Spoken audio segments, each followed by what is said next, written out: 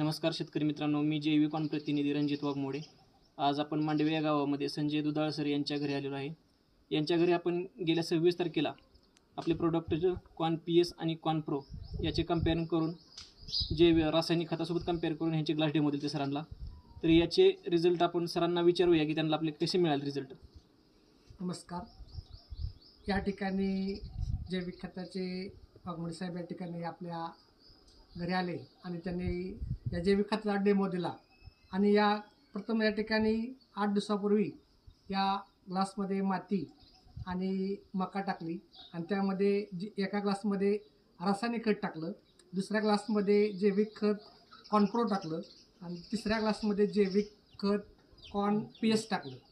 तर या ठिकाणी 8 दिवसानंतर पाहिल्यानंतर या ठिकाणी असे लक्षात आलं की जैविक खत कॉनप्रो हे खत आहे त्या ग्लासची मध्ये मकीची वाढ ही अतिशय जोराने झालेली होती आणि त्याच्या तुलनेने जैविक खत कॉन PS हे ग्लासमधील मका ही कमी वेगाने उंचीने आली.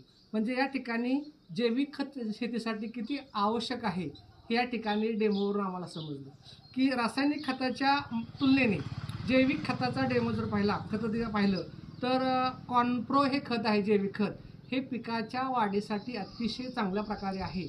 आणि शेतकऱ्यांनी या ठिकाणी आपले रासायनिक शेती करण्यापेक्षा जैविक खतं वापरून आपल्या शेतीला त्या ठिकाणी जास्त दीर्घकालीन शेती टिकण्यासाठी जैविक खताचा वापर करावा. आज आपण पाहतो की जमिनीची दिवसेंदिवस या ठिकाणी पत ही पूर्णपणे नष्ट होऊ लागलेली आहे. जमिनी ह्या क्षारयुक्त झालेल्या आहेत. रासायनिक खतामुळं या ठिकाणी शेतीची पत ही पूर्ण झाली. त्यासाठी शेतकऱ्यांनी जैविक खताचा वापर करून आपल्या शेतीमधलं उत्पादन वाढवलं पाहिजे.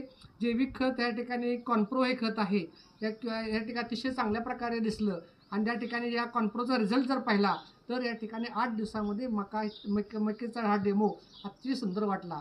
यावरून शेतकऱ्यांनी जास्तीत जास्त प्रकारे या ठिकाणी जैविक खताचा वापर करून आपली शेतीमध्ये ऊस असू द्या, केळी, कांदा, कुठल्याही पीक असू द्या, प्रत्येक पिकाला जैविक खताचा वापर करावा. आपली शेती टिकवावी आणि आपल्या दीर्घकालीन शेतीसाठी जास्तीत जास्त शेतकऱ्यांनी जैविक खत वापरावं. एवढाच या प्रकारे या ठिकाणी मी सगळ्यांना विनंती करतो. थांबतो.